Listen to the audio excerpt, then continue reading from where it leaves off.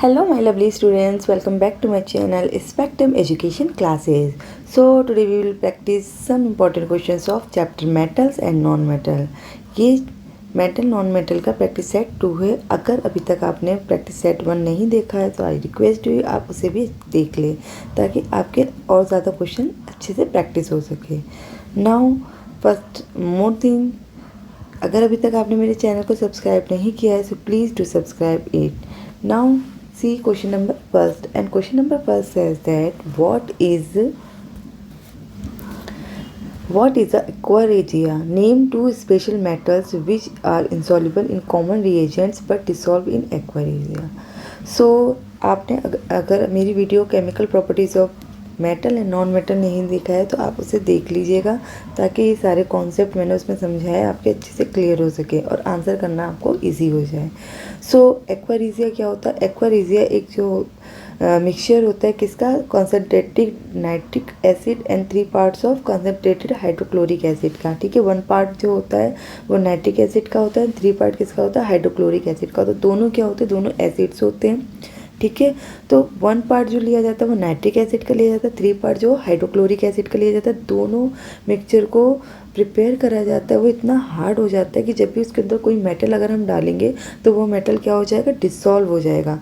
अगर मैं नॉर्मल किसी वाटर में या किसी ऐसे कंसनट्रेटेड वाटर ले या कुछ भी अगर हम ले लेते हैं किसी भी मिक्सचर में अगर हम मिक्स करेंगे तो वो डिसॉल्व नहीं होगा, वो घुलेगा नहीं या मेल्ट नहीं होगा या आप जो भी कह सकते हैं डिसॉल्व नहीं होगा। बट अगर हम इस एक्वा रीजिया में डालेंगे तो वो मेटल क्या हो जाएगा? डिसॉल्व हो जाएगा। सो 2 एग्जांपल्स बताने हैं। 2 एग्जांपल क्या होगा?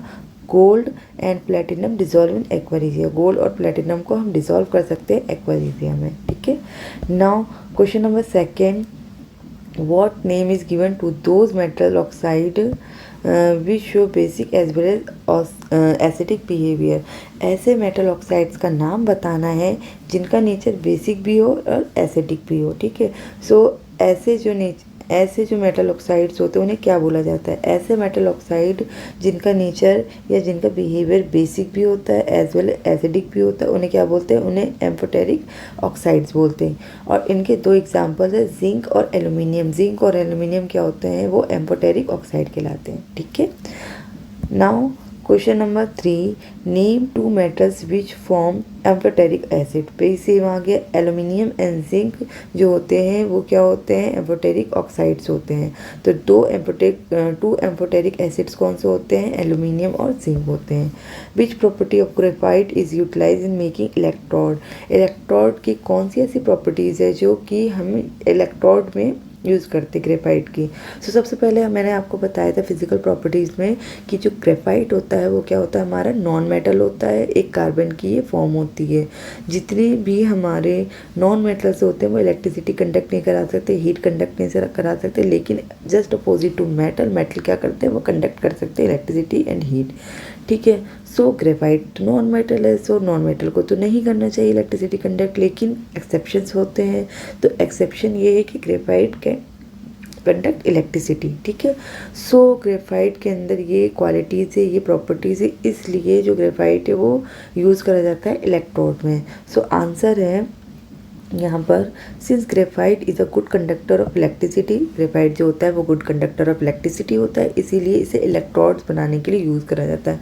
इलेक्ट्रोड वही हमारी लेबोरेटरीज़ वगैरह में जो एक्सपेरिमेंट के लिए यूज़ होता है। Name 2 non metals which are both brittle and non ductile. Brittle मैंने बताया था कि ऐसे नॉन मेटल जिसे हम डक्टाइल या मेलेबल करने की कोशिश करेंगे तो वो क्या हो जाएगा? टूट जाएंगे। सपोज डक्टाइल क्या होता है? जब उसे हैमर के थ्रू बीट करा जाता है तो वो क्या होता है? थिन वायर में कन्वर्ट हो जाता है। और मेलेबल क्या होता है? वो थिन शीट में कन्वर्ट हो जाता है। ठीक है, सो जितने भी मेटल्स होते हैं उनकी प्रॉपर्टीज़ होती है कि वो मेलेबल भी हो सकते हैं और डक्टाइल भी हो सकते हैं।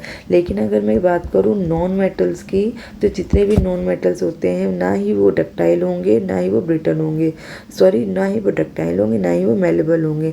अगर हम उसे डक्टाइल या मेलेबल करने की कोशिश करेंगे तो ब्रिटल हो जाएंगे, मतलब क्या है? वो टूट जाएंगे। तो कोई भी तो एग्जांपल्स बता देना। Sulphur and phosphorus.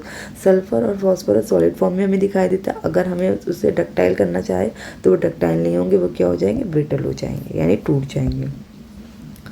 Now question number 6, says that name a non metal having a very high melting point. ठीक है, सो नॉन मेटल में सबसे पहली चीज़ तो हमने देखा था कि जितने भी मेटल्स होते हैं वो सारे क्या होते हैं, सॉलिड होते हैं, और सॉलिड चीज़ों को मेल्ट करना या बॉयल करना थोड़ा डिफिकल्ट होता है एज़ कम्पेयर टू लिक्विड.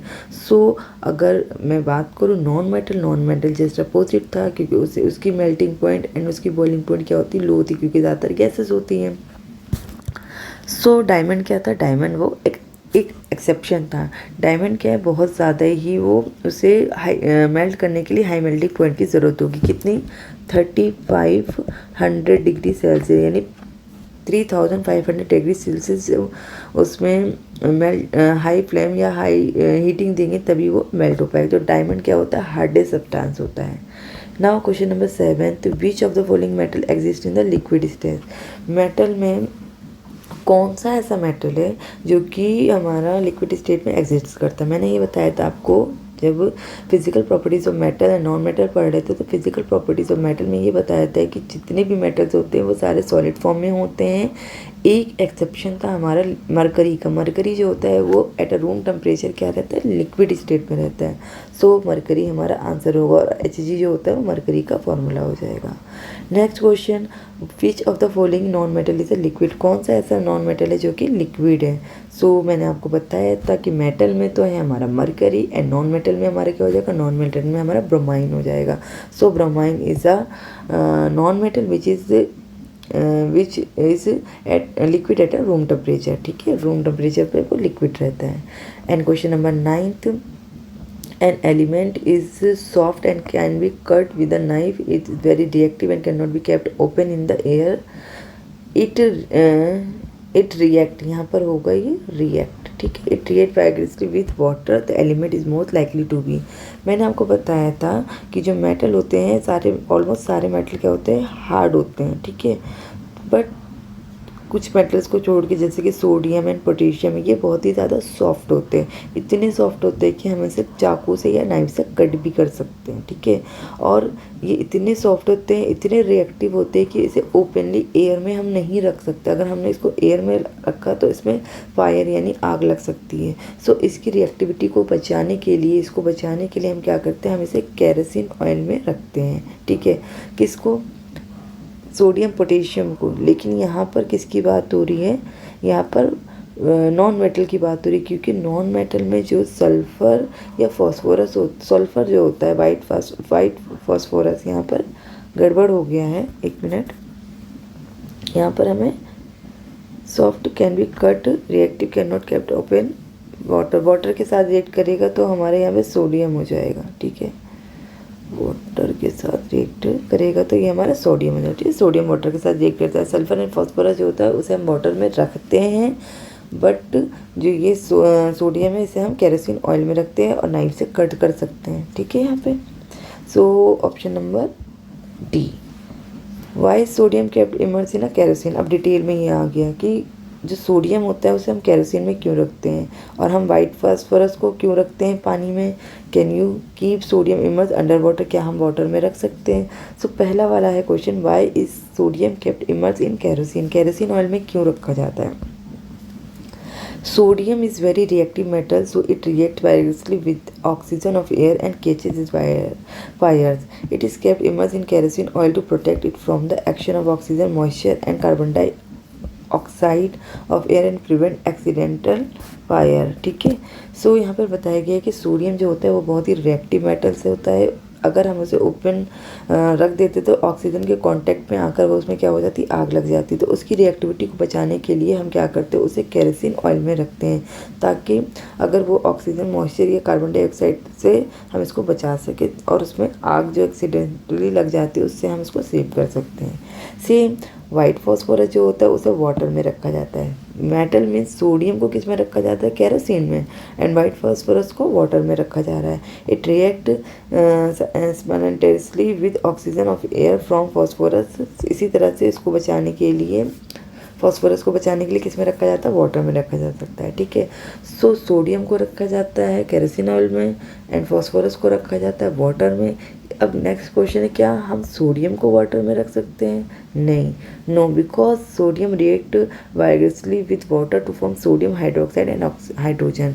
नहीं, अगर हमने इसको सोडियम को वाटर में रख लिया तो वाटर से रिएक्ट होकर सोडियम हाइड्रो ऑक्साइड बनाएगा एंड हाइड्रोजन बनाएगा। ठीक है, सो हम इसे वाटर में नहीं रखते, केरोसिन ऑयल में रखते हैं।